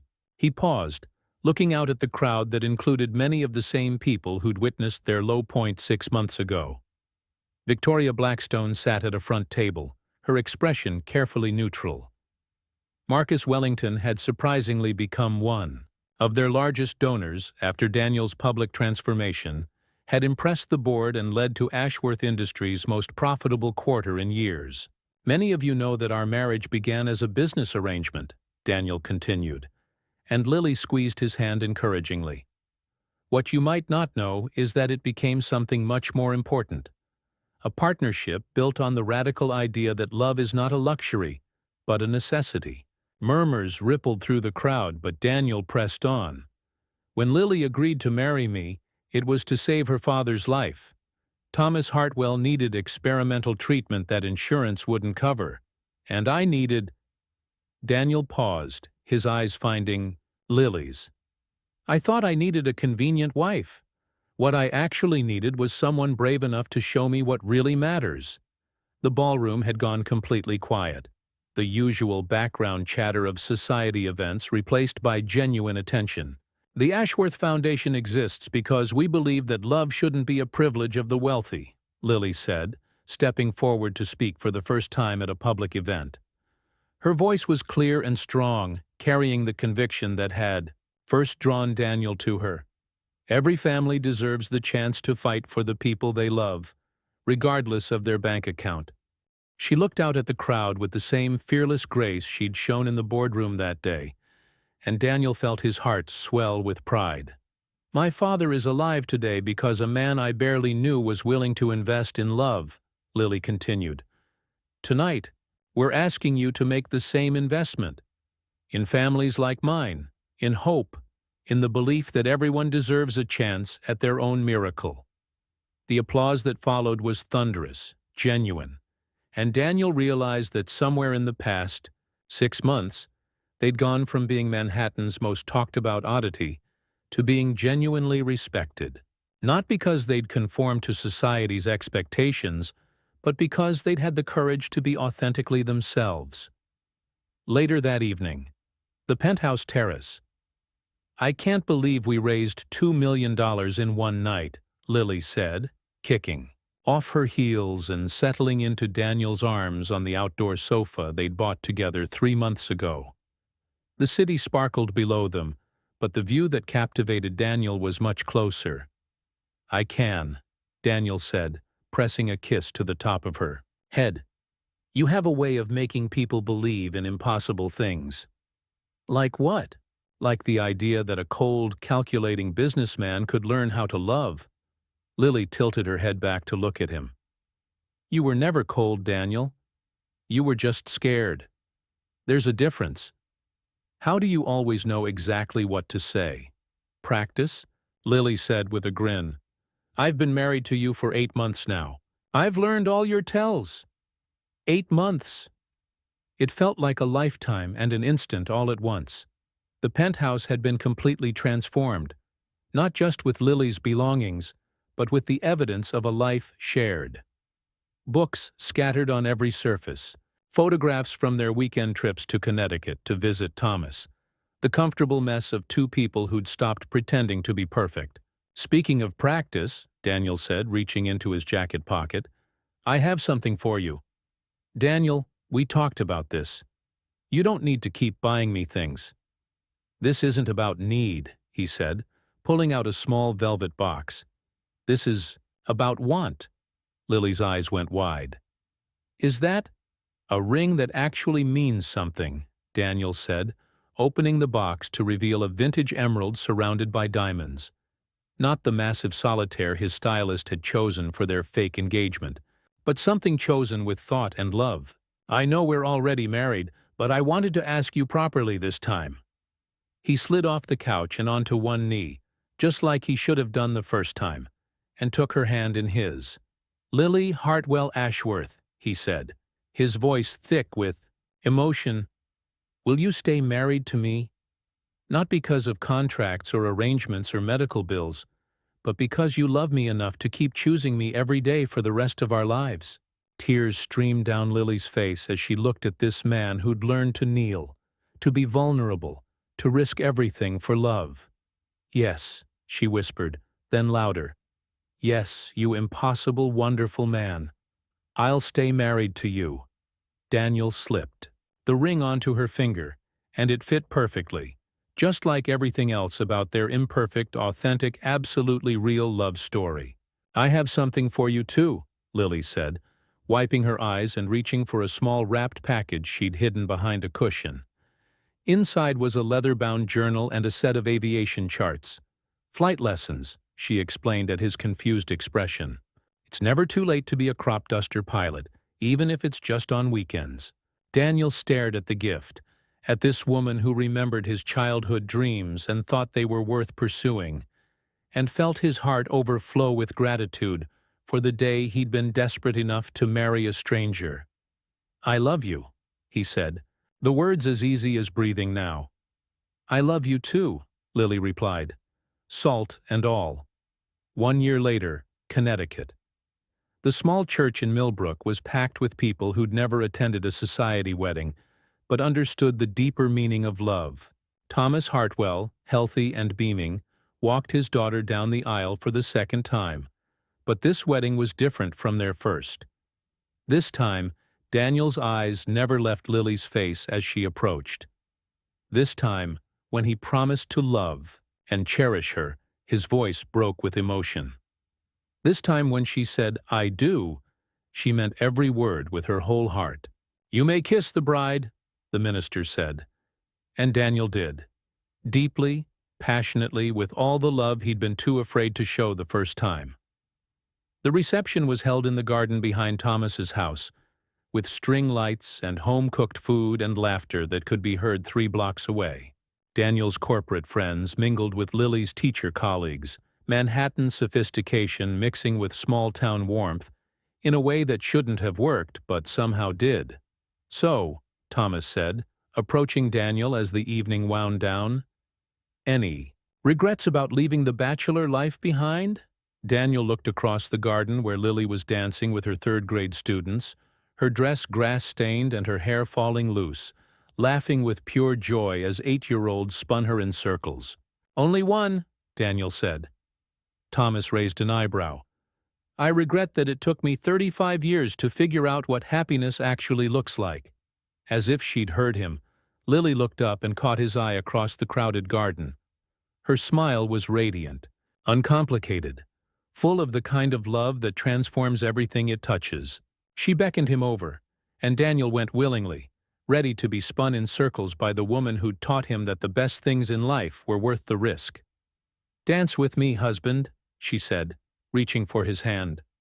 "Always," Daniel replied, pulling her into his arms as the string quartet played and the stars came out over Connecticut, blessing two people who'd found their way to love through the most unexpected path of all. Years later, when people asked Daniel about the secret to their marriage, he would tell them what Thomas Hartwell had taught him in a hospital room at 1 a.m. "There is no secret. Love is a choice you make every day, in small moments and grand gestures, in sickness and health, in good times and bad, in oversalted gravy and perfectly ordinary miracles. And every day, Daniel chose Lily. And every day, she chose him back. It turned out that was enough. More than enough, it was everything. Thank you for watching this story to the end. If you enjoyed this story, you will surely love the next one. It's as crazier and more intriguing as you can ever imagine. So do check it out. Click on the image showing on your screen right now to watch the next one.